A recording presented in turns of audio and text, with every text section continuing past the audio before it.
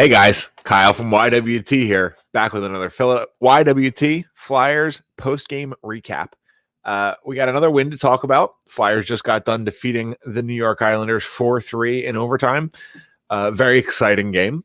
We had another blown 2-goal lead. That's less than ideal, but I don't want to bury the lead here. The number one star tonight, I guarantee, we haven't gotten the actual star count. But the number one star I'd be willing to bet a large sum of money is Joel Farabee this evening. Congratulations to Joel Farabee on his first career hat trick. It's very exciting. We saw him get that tonight. He scored his third, fourth, and fifth goals of the season. And the first two were absolute rockets. Both of them were on and off his stick in the absolute flash of an eye.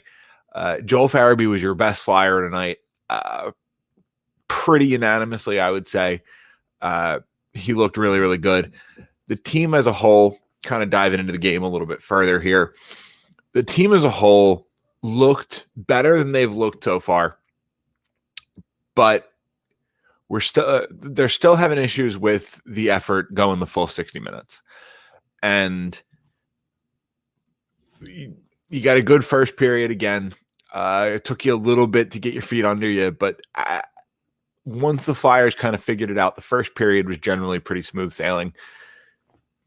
Same with the second period. Nick Leddy scores 38 seconds in, but after that, the Flyers really dominate most of that period and take a 3-1 lead into the third. The problem there is you kind of took your foot off the gas again, and you start sitting back, and they started not really pushing the pace, and they weren't taking the game to the Islanders. They were letting the Islanders bring the game to them. And the Islanders are a good enough team that if you sit back long enough, eventually they'll score. They're not a hugely gifted offensive team, generally speaking, but you let Barzal roam free for long enough, he'll burn you eventually, and he did that tonight. He is a good, skilled player. He played a pretty good game for the New York Islanders tonight. Matthew Barzal was definitely a problem on the ice. The Flyers did their best to mitigate the damage, and he scored once in regulation and ended up taking a really, really costly penalty at the end of overtime that the Flyers ended up scoring on the ensuing power play. And at a certain point, I mean, he played a really good game, and it's a shame for Matt Barzal, I guess, that he took a pretty poor penalty at the end. The refs were calling. It was a weird game from a penalty perspective. I'll say that much. They called a lot, but there were also some strange things that I thought should have been called that ended up sliding. So generally speaking, I think it was a pretty well officiated game. I certainly don't think there was any sort of bias one way or the other, but it was a touch inconsistent, and I can definitely see some players being a little upset about it in the post game. Obviously, we don't know, but I wouldn't be surprised if somebody had something to say about the officiating, because it was a weird night. Overall, I think Brian Elliott played a great game. None of the goals that ended up getting past him were really his fault. Defensive breakdowns in front of him, a little bit of lazy play, kind of like we talked about. There were some gaps. This wasn't a full 60-minute effort. We're still looking for that out of the Flyers. We haven't seen it yet. We certainly didn't see it tonight. But I will say that the lapses were fewer and further between. The ship is tightening. It's not quite there yet, but Alain Vigneault is very slowly getting his team into place, and you kind of see the lineup tweaking. And we saw Robert Hagen tonight. We saw Justin Braun in tonight. Justin Braun played a horrific game from my perspective, and with Nate Prosser again having a good game under his belt recently, I wouldn't be surprised to see Justin Braun scratched for him on Wednesday in Boston. And that's a really nice place the Flyers are in right now, where they have a little bit of flexibility, and you see Alain Vigneault using it. The lines continue to get tweaked tonight. They mostly stayed the same, but Alain Vigneault has no problem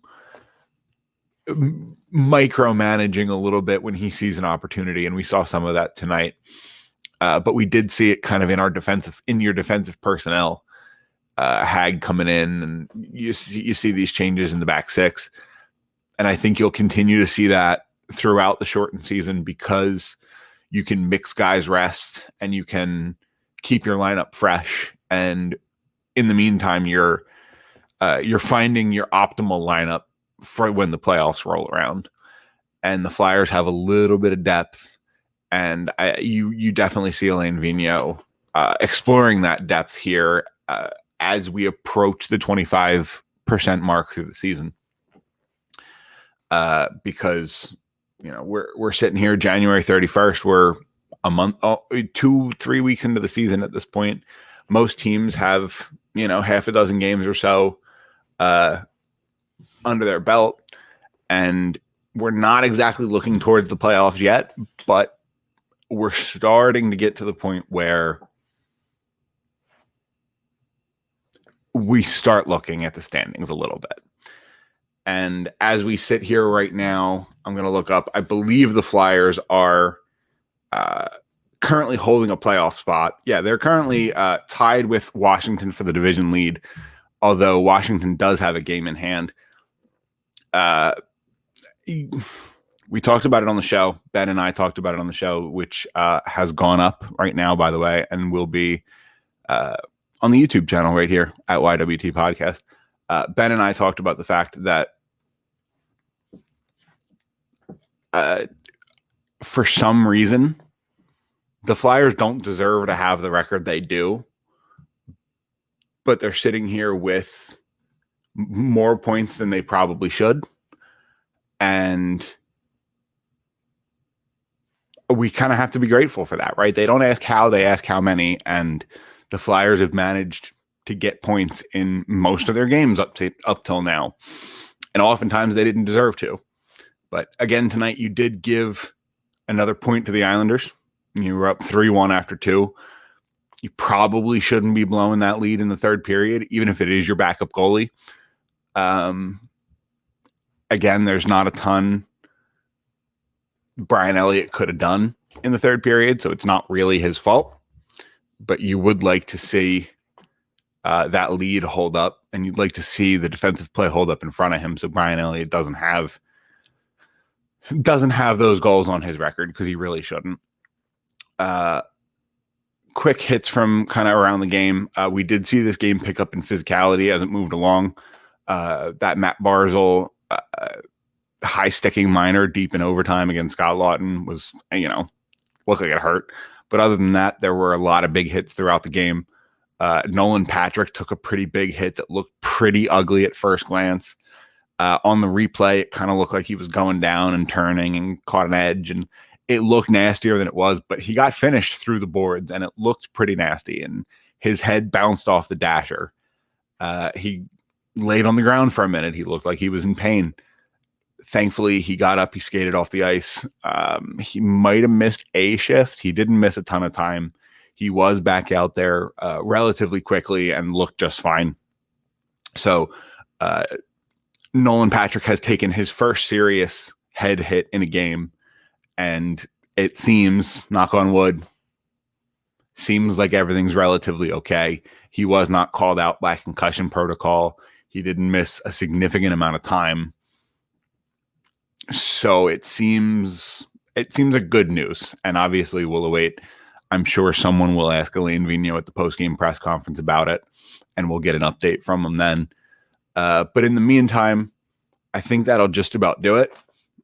The Flyers managed to get 4 points out of the Devils this week, and then they got 4 more points out of the Islanders.